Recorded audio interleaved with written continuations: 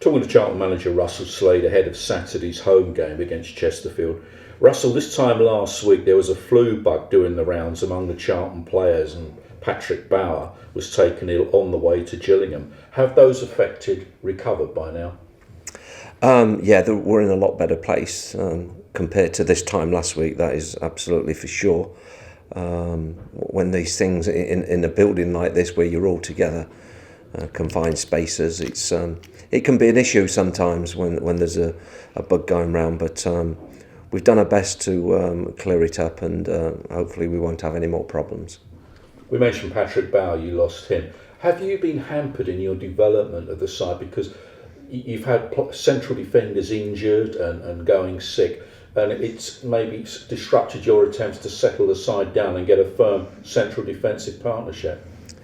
Yeah, look, I don't want to make any excuses. It's not my remit. It's not what I'm about. But it is frustrating at times that you can't maybe get the partnership or combination that you want to get out there on the pitch consistently. We all know that to have a settled group is really important. But when I say group, I do mean group. I do mean the 18 or the 19 or 20 players that predominantly are available, but it does give an opportunity to those that perhaps feel that they haven't had that at the start of the season, and they get their opportunity to show what they can do. But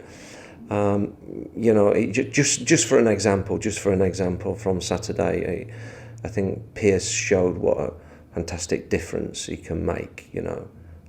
Having him back and available, I thought was an enormous plus for us.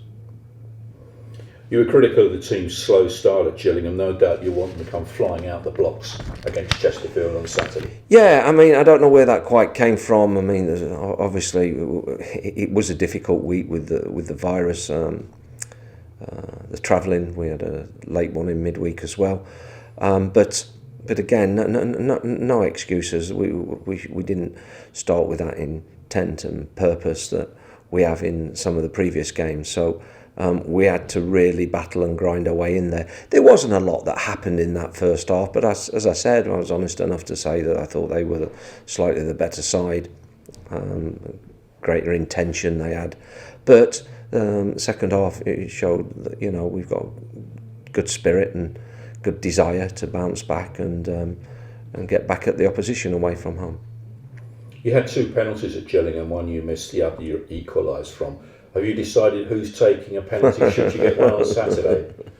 I think that, don't worry, I think that will be, that will be defined, don't worry about that. Ricky was the one that was there to take it anyway, to be honest, and obviously he missed the first one, so he then handed that responsibility over to Nicky.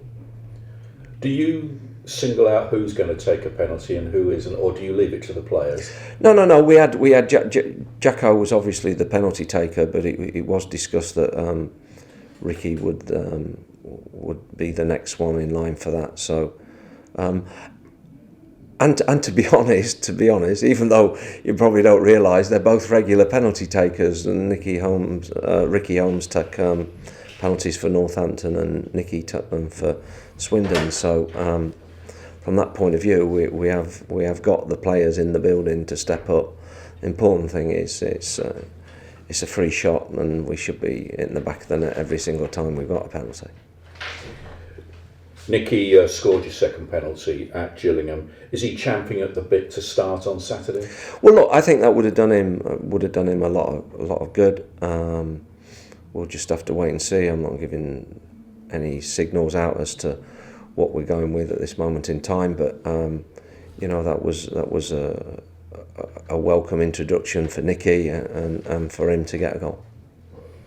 Chesterfield, your opponent, sits second from bottom of the table, managed by a highly experienced manager in Danny Wilson. Are you surprised by their position? Well, they've got threats in their team, there's no doubt about that, and you know what a tight league this is. We played Coventry at home, didn't we, just recently, and in the end it was a fairly comfortable win, but they've gone and won their last 2 games, so that gives you an indication of how topsy-turvy it is, and that anybody can be somebody else. So, you can't take anything for granted. That's the point I'm trying to make. Russell Slade, thank you very much.